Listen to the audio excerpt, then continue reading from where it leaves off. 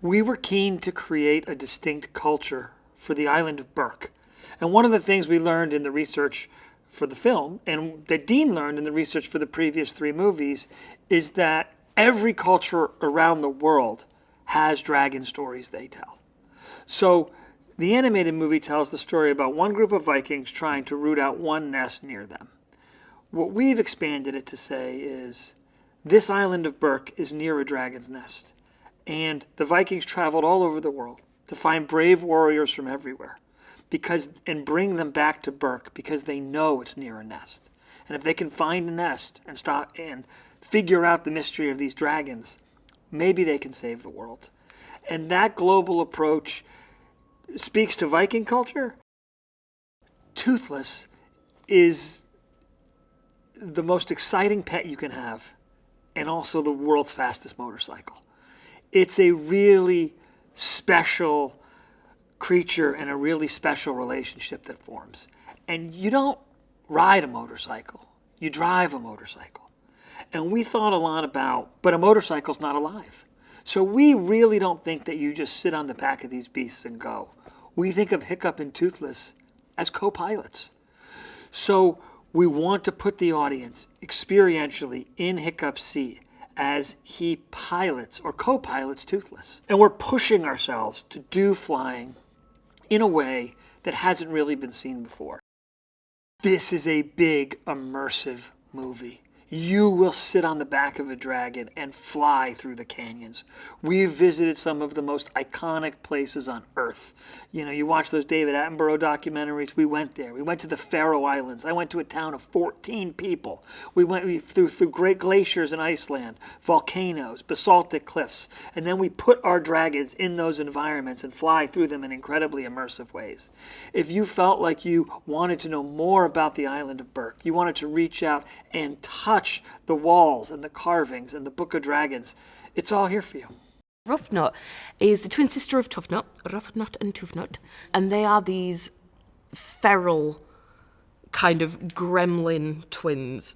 Especially Ruffnut. I've really tried to lean into the feralness of her. So they have this massive, unearned sense of bravado, and it is all just bravado. It's all face.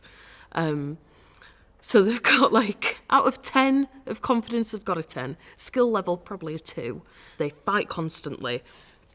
They're constantly trying to one-up each other, trying to be the best one, trying to show the other one up. But beneath it all, they really love each other. They will risk their lives for each other and for the people that are important to them. It's that very sibling relationship of, like, no one makes fun of my brother but me. So that's been really fun to play. Working with Harry has been a dream. I want to do it all day, every day. I am chaining him to my waist so that we can do every job together. You see, you dream about having a co-star like Harry, because he's not just insanely talented, he's so quick-witted. Some of the stuff he comes out with, on camera and off camera, I'll just find myself being like, okay, I just need a minute because we can't roll now because I'm crying from laughter. It's really hard to put into words just how incredible these sets are. When you see stuff, you kind of think like, oh yeah, well, it's probably on a blue screen somewhere. But these are all real, they're all built, and they're built out of nothing. Like, you tap the rock and it's hollow because they've built the rock, and they've, you know, made these stone steps in this huge building that we're in. So being in it is so otherworldly and so incredible because it really is just like stepping into the film, stepping into this giant world. It's hard not to get a bit like goosey over it because it's really exciting and so huge and so special. For me, I immediately gravitated toward a story of a young protagonist who's an oddball in his world. There's a great wish fulfillment in the idea that you could go from a nobody to somebody of great consequence, paired with this amazing creature that is not only your best friend and your protector, but something that needs you as well. I just love those sorts of stories where there is a coming together of these two very disparate, you know, a boy and a beast, that for a while have such a deep and meaningful impact on one another's lives that even though they may go their separate ways at the end of this story, they are forever changed. I would say live action is full of surprises, whereas animation, everything is you're planning it and you're executing it in kind of a glacial pace over the course of many years. But very, very infrequently do you get a chance to improvise and to have spontaneity in the room, except for when you're with actors. That's true of animation, but when you're in live action, it's all about that. It's about the happy surprises that are just present every day, because you have actors that are coming to you with ideas. It changes the way the scene plays out physically. It changes the spaces between dialogue and how moments are processed and whether dialogue is even necessary. The whole thing becomes a conversation, and it's flowing, and it's really fascinating and interesting. I loved being part of it because you have a sense of time is wasting, and you have to get a certain number of shots done a day, but otherwise the set just won't be there, But at the same time, there's magic happening around you, and someone might have a really great idea about what to do with a camera, and then the actors might have a really great idea about how to play something differently than the way it was scripted, and your job as director is just sort of to be responsive, to take it all in, but also have a sense of what the story's about and what's important, and keep driving it forward. He completely got the character because he grew up with How to Train Your Dragon. He's got a lot of physical attributes that the Jay Baruchel Hiccup would not have had, but I think he still managed to communicate sort of a sense of insecurity, a sense of yearning for acceptance, and also the humor that comes along with that. He's such an obvious choice for somebody who needs to be big and brash and commanding. He does that with ease and a sense of sort of larger than life caricature. But it's those tender moments that are really disarming and surprising, where I feel like he brings himself to a point of tears and vulnerability that is so convincing, I think, for parents in the audience and also kids. But I think that he was able to find a place where he could really pull out an honest, tender, heartbreaking rendition of a father who's struggling to understand his son, who has the best of intention for him, but just doesn't see the kid who's in front of him as somebody he can relate to. So we reimagined Toothless as kind of a ghost in the Viking world. No one had ever seen one. You hear it coming. It has a very distinctive sound. It has a very distinctive attack. And the destruction is always devastating. But the only real glimpse that you get of the dragon is how it blots out stars when it flies across the night sky. We wanted to kind of create this sense of anticipation for what this creature would look like. And then when Hiccup comes across him in the woods, the idea was that he would come across a dragon that's impressive, it's black, it's shiny, it's scaly, it looks really powerful, and yet it's, instead of the other dragons, which are very much based on reptiles, we wanted to go with the idea that this was more mammalian. It was based on a black panther, and so it had an elegance to it. So all of those considerations went into it. We wanted it to seem powerful and elegant and different from the other dragons in terms of its design. And also, we wanted people to see their pets in Toothless. We wanted all the cues to be there. We wanted people to be able to look at the live-action version of Toothless and say, that's him, but he's real. He's head first, he's brash, he's big. He feels that he's like living in the shadow, I think, of his dad and the bigger Vikings. And he's trying to like almost outshout that and like outbrazen that and be cooler than that. Nico is a natural born Astrid. I think she's utterly brilliant. She's so shining, and I don't think I've ever met anyone who's so born to run and be on a film set. What she brings to Astrid is this sort of effortless cool. that sort of just comes through, and there's no trying. It just is. I've learned so much from working with Nico, watching her work, watching her communicate on a set, watching her communicate with producers and directors and hold her own and be able to hold her space, be generous for others, and be playful whilst being focused. And she's got that star quality that seems that she was like born to do this. It doesn't feel like there's a separation between him as a director and him as a fan of it. And so he's there to make it cool, almost for him. And when he's talking to you about it, or about any inch of it, about this line, or like that dragon, or like a beam, it's all part of the same world. There's no sort of spotlight on one corner of it or one moment, because Dean's got this whole world in his head. He is the heart of it. There's this like really gorgeous beating heart under the whole thing, which is Dean. And we all want to do really well for him. He is this towering, physically imposing figure with such a commanding presence, and he's smart, he has a sharp wit, and he's quick to temper. But more than anything, he is about, with all that wildness, he is a man who is about the book, about upholding the traditions and the values and the customs of the tribe. He fiercely protects them and their way of life. And that's hugely important to him.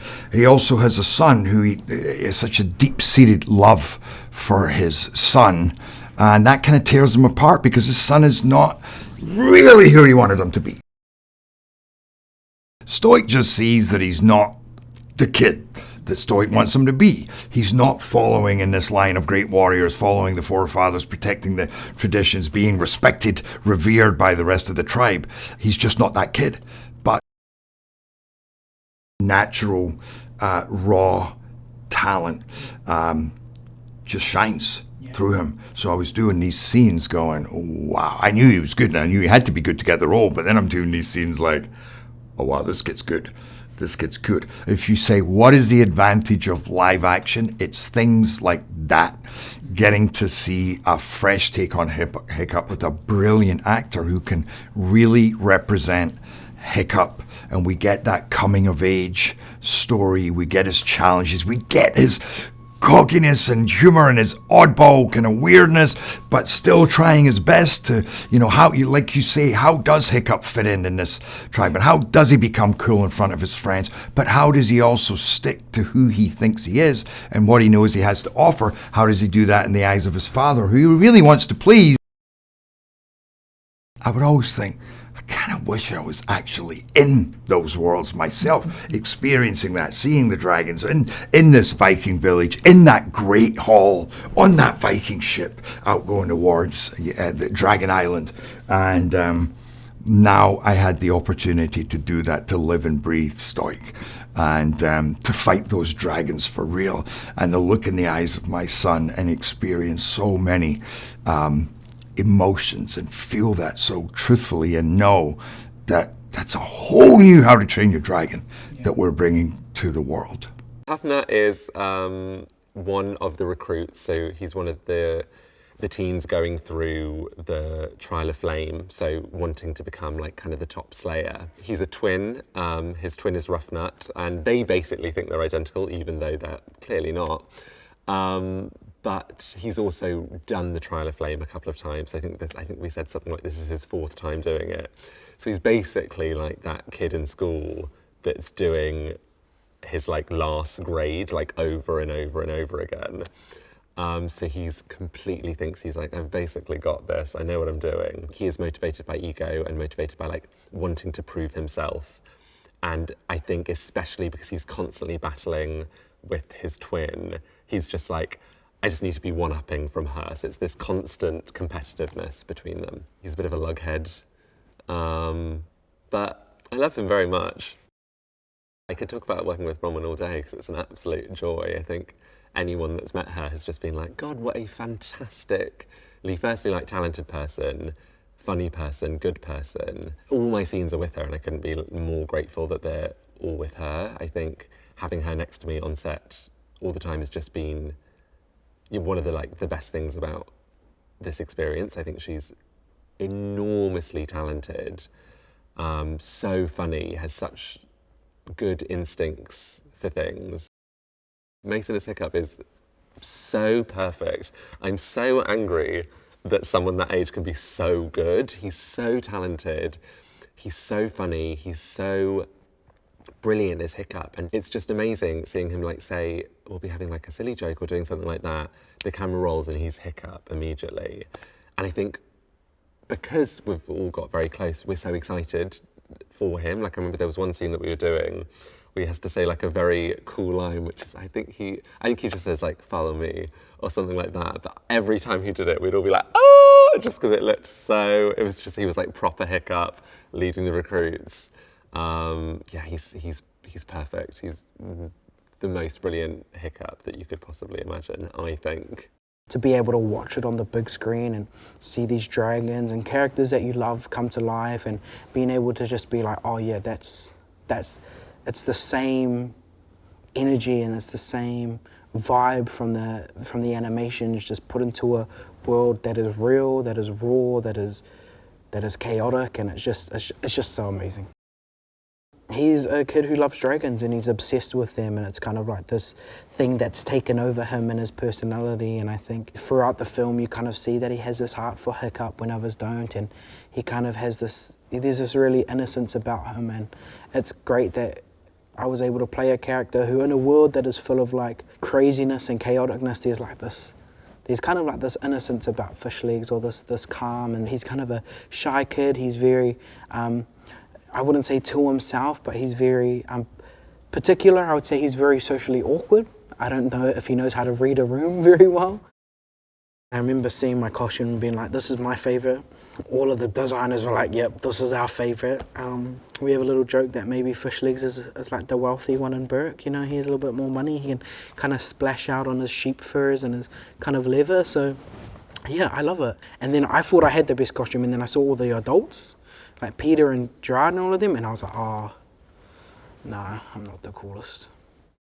There are many themes and ideas in the animated film that are fantastic, that are relatable and that are universal and that speak to the world today, starting with our main character Hiccup and his feeling of not belonging, of wanting to be seen, of wanting to be authentic, of wanting to be who he really is.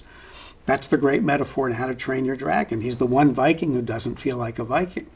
He's the one Viking who, unlike his father, who's the chief of the tribe, doesn't want to kill the dragons, which is what these Vikings are there to do. There's a great metaphor in that. It's very relatable. So what this kid does is he actually makes a connection to one of the dragons and realizes the way to get along, the way to stop the battles between humans and dragons is to make a connection. There's a great relationship between father and son. The father, who's the chief of the tribe, who wants his son to be the great Viking, to slay the dragon, and a kid who doesn't see the world that way. And in the live action version, we're able to really elaborate in a way that you can't in animation into that relationship and into the emotional state of this young kid Hiccup. We've surrounded Dean with great creative, imaginative craftspeople in every area of the production, whether it's our designer, Dominic Watkins, or our director of photography, Bill Pope. And so we have a wonderful team, and what we're doing is building a world. While our dragons will be very much created in the computer, photorealistically, so much of the world is being built, stone by stone, so that it's not just authentic, but that when you're seeing the movie, you will be immersed in an environment that you can touch and feel, and that is part of the magic of filmmaking. That movie as a kid, I was so in it, and to now me being in it is, I can't fathom it. I mean, I'm so lucky and so fortunate, and just getting to do this with lovely people is a dream come true and an honor. He wants to be a Viking, he wants to fit in, but it's just not who he is. I related to Hiccup, so can a lot of other people. I related to him so much, you know, being different and just accepting it, and you know, that's what makes you cool. He wants to make his father proud, and you know, that's what he wants so bad, but he just can't seem to do it, and just kind of lets everybody down. So that's one of the things we explored a lot was how would somebody cope with that? And Hiccup's response is, humor, throw a joke at it, make fun of himself. It's, what Hiccup does, it's who he is. So getting to do that was a lot of fun.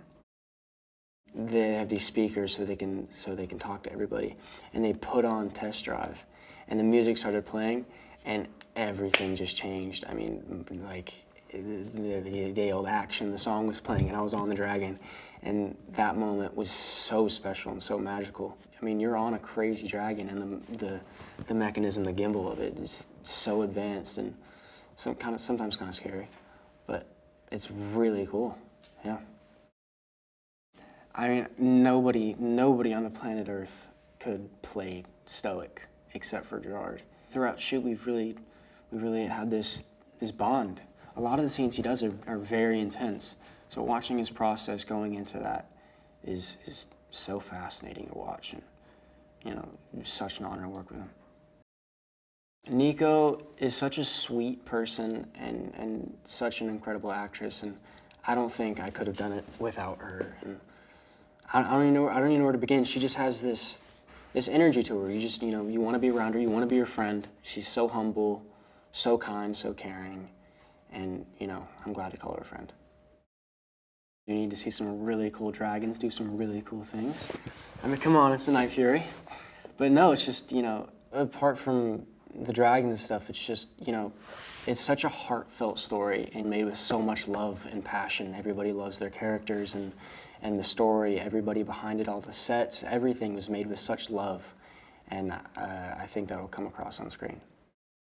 I don't think there's been a day where I haven't walked onto a set and just gone, oh my, wow, this is amazing. It's the scale of it is incredible. With that too comes challenges for an actor in terms of there are 400 people in this training arena and they're all watching you do your dialogue. It's kind of terrifying, really. But the detail of everything is just amazing. Gobber is the town's weapons expert and blacksmith. He is Stoick's best friend. I think they probably did the Trial of Flame together as young men, and they've grown up together.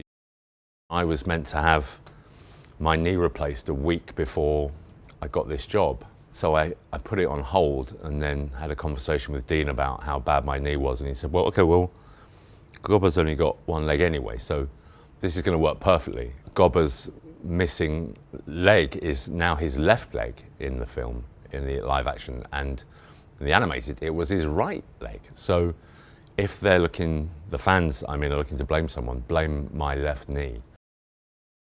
Dragon fans can expect from this film dragons. There's lots of lovely dragons. There's Gerard Butler, what's not to love, Mason Thames and Nico Parker and their blossoming on-set relationship, and grumpy old 60-year-old Gobber.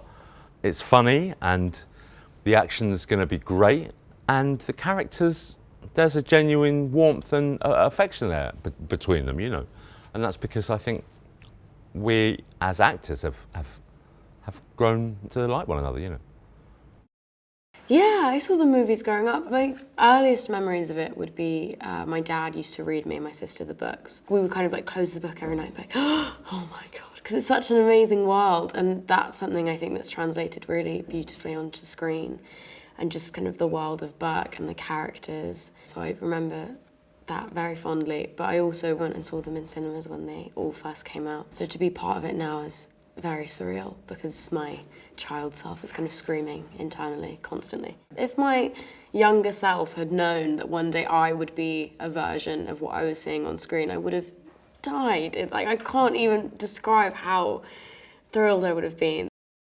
What I think is brilliant about Astrid is that she sees a difference in him and an individuality that is really key and special and potentially could be kind of life-changing for all of them.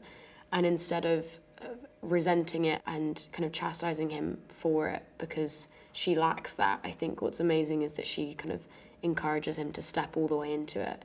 And then when he does, it's so beautiful and lovely, and sweet, and I think that it's something that makes their relationship really special, is that encouragement, and that she is also kind of responsible for how much he takes ownership over what he does and how special he is. It's not that common that with a massive live action like this that you kind of get to be in the actual space, but the fact that we have seen the most kind of hyper-realistic version of Burke that we could is insane.